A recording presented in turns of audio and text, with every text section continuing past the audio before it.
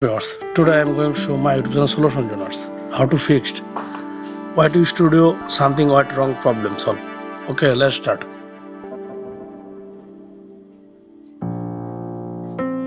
First of all, tap and hold YT Studio. Click on App Information. Click on Clear Cache and Clear Storage.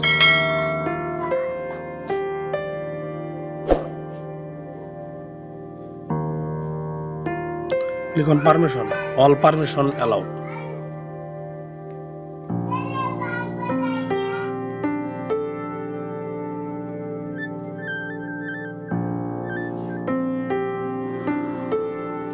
Now reset your phone and